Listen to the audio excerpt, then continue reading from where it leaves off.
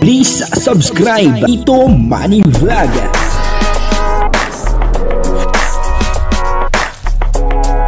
Payagan po si Tito Manny Vlog na mag-reactor para pambiling gamot sa kanya pong karamdaman. Wala man siyang records ng ng awayan.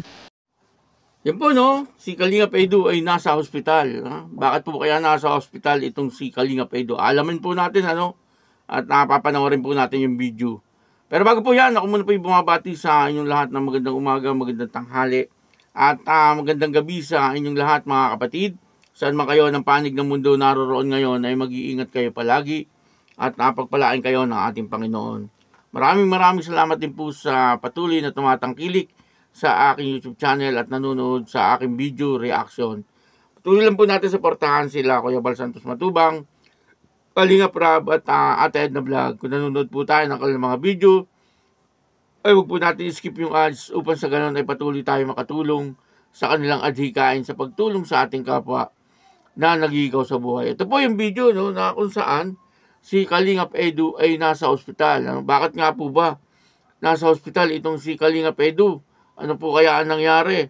Ang kabuuan po ng video ito ay mapapanood po natin sa YouTube channel ni Kalingap Edu. Araw po sa hospital po. Kasi isa po sa ating tinutulungan po dito sa ating channel ay hindi ko alam kung ano nangyari sa kanya po. Nagkaroon siya ng karamdaman. At ayan, isa sa niya nagtawag sa ayon ang gano'n sa akin, pinuntak ako. Sabi daw po ay nanghihingi ng tulong sa pamilya niya. At ayan, buti at kinontak niya ako kasi po itong mga nakaraan, napapansin ko na rin po na parang parating siyang inuubo po. At hindi ko alam kung bakit. Sabi ko sa kanya magpatingin siya. Di ko naman alam na gano'n na pala kalala, So yun na nga, yun ang hindi natin inaasahan. Kasi di ko rin po alam yun. Kasi siya po ang mas nakakaalam sa kanyang sariling katawan, Kaya yun ang nangyari. Ang tinutukoy ko po doon sa isang tinutulungan ko ay si Arjen po, mga kanina. Ako sa bangko, buti na lang po at naibaba nila ako. Kung hindi po, malalaglag ako doon sa bangko. Bangko, baka mabag. Buti nga po at nakaya nila ako. Tapos doon po, nasagot ko yung tawag ni Carla. At hindi na talaga ako nakakasalita noon at nahirapan ako maghinga. Parang paisa-isa na lang hinga ko kagabi. Tapos ayun, hindi na ako nag-alam kung ano nangyari sa sunod. Tapos nakwento nila na nanigas daw ako kagabi. Nanigas Opo, parang ganun din po nung nangyari sa akin dati. Yung mga kamay niya, pag nakakaganito, hindi nila makukulat ko basta. Tapos yung dibdib niya daw, masigit na yung paghihinga niya. Nabigla po ako dun sa pag-ubo ko kasi sobrang lakas po kasi nahirapan na po ako maghinga doon. Kaya katagal niya nararamdaman. Dati na po baga kasi ako may ubo. Simula po yung pag-OJT ko baga po. Kailan mga 3 buwan? Ano na po siguro. Simula po nung pag-OJT ko lang yun ang pag-vlog po baga natin na sabi mo nga po malala na yung ubo. Kaya nga sinasabi. Tapos nung nakaraan po baga nagpa-check up po ako, sabi daw na kulang lang daw sa dugo, gano'n. Tapos kagabi po, di ko man po biglaan po talaga. Tapos wala pa po nun sila mama, walang maasikaso sa akin. Buti na lang nga po at naibaba talaga ako ng kapatid ko kasi mag-ibat ako. Kasi po maliliit pa baga po yung kapatid ko doon. Yun nga po, napanood po natin yung video, at dito, kaya po nasa hospital si Kalingap Edu kasi ay isinugod sa hospital ang kanyang isa sa beneficiary, na si Arjen, At ang nangyari nga daw po, ay parang nahirapan huminga itong si Arjen at parang bumaba yung potassium, Kung gusto niyo pong mapanood ng buong buo ang video ito, ay puntahan niyo lang po sa YouTube channel ni Kalingap Edu. At doon ay mapapanood po natin ang buong buo at malalaman po natin yung buong istorya, kung bakit itong si Arjen ay isinugod sa ospital. Ang sabi po na Arjen, ayon po doon sa kanyang kwento, ay bumaba daw po yung potassium ni Arjen. Pero Dati na daw po itong nararamdaman ni RJ. Ano po, kumbaga dati sinumpong din po siya ng ganyan. Pero nung nagpa-doktor na po siya, sabi ubo lang, hindi man lang siya pinalaboratory or in-x-ray.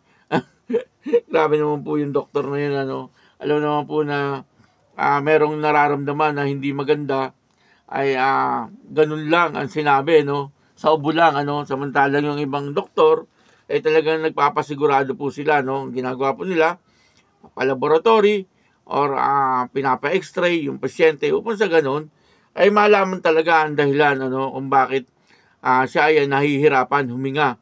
Ganun po yun, yung ibang mga doktor na talagang may malasakit sa pasyente. Yung iba naman, basta na lang po riresetahan, sa ubo lang yan. Medyo mahirap din minsan yung nagpapacheck up kayo, dapat talaga hahanap ka rin ng doktor na talagang may malasakit sa pasyente, hindi basta-basta na lang. Marami naman po talagang doktor na mababait, talagang inaalam po talaga nila kung ano po talaga yung sakit, nung isang pasyente. Di sana hindi na po naulit yung ganitong sitwasyon, kung nalaman ka agad kung ano po yung dahilan ng karamdaman ni RJ, Kasi siyempre, kung nakita ka agad kung ano po yung sakit ni RJ, maaaring nabigyan po ng tamang gamot. Na sa ganun, hindi na nga po umabot sa ganun na nawala ng malay tao itong si RJ at hirap na hirap daw po siyang huminga. At yung sunod nga daw po nangyari, hindi na po niya alam. At buti na lang, natawagan niya po itong si Carla, pinsan niya po pala si Carla.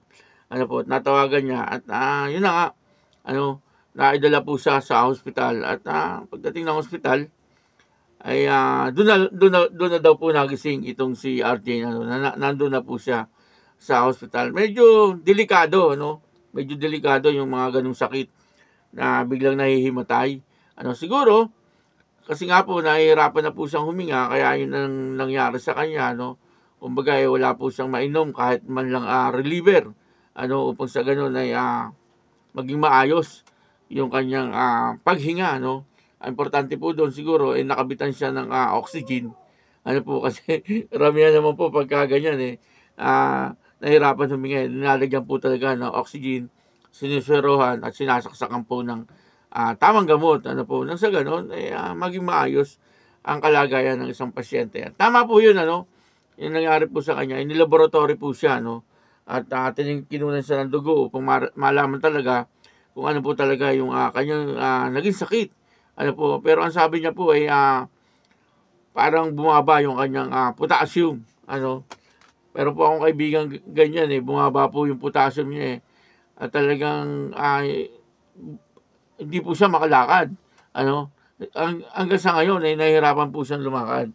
Ang ginagawa niya ay kumakain po siya lagi ng hilaw na saging. Yung saba. Yun po ang ginagawa niya kasi maganda daw po yun pagka yung ang potassium mo ay mababa. Yun po yung sabi ng aking kaibigan. Na yun daw saging na saba ay pampalakas ng potassium. Kaya yun, dito po ay yung beneficiary ni Kalingap Edu ang nasa ospital. Hindi naman po si Kalingap Edu. Kumbaga, dinalaw lang po niya at naghatid po siguro siya ng tulong kasi beneficiary niya po ito, Yung po ang kagandahan, na may kalingap na nagbo-vlog, kumbaga, kagaya nga po nun, beneficiary sila ni Kalingap Edu. At yun na nga, naandyan kaagad ang tumulong na kailangan nila. Kasi siyempre, natawagan po nila si Kalingap Edu at automatic naman, pinuntahan po sila ni Kalingap Edu upang sa ganon ay mahatid ang kung ano man po yung kanilang pangangailangan. At marami pa daw po ang tumulong kay RJ. Kaya, yun tayo po ay nagpapasalamat una sa lahat siyempre sa ating Panginoon. Pangalawa, siyempre sa Kalingap, at kay Kalingap Edu na naandyan siya, upang sa ganon ay tulungan itong si RJ, At ganun din po, siyempre, kailangan lang ni RJ ay magpalakas ng katawan upang sa ganon ay maging maayos po ang kanyang kalagayan. At tamang gamot ang kanyang inumin, Ibig sabihin, kung ano po yung binigay ng doktor, na gamot ay sumunod lang po siya at magiging maayos po ang kanyang kalagayan. Kaya yun, maraming salamat po sa inyong lahat. At ako po si Tito Manny Vlog na nagsasabing God bless you all. Diyos mabalos.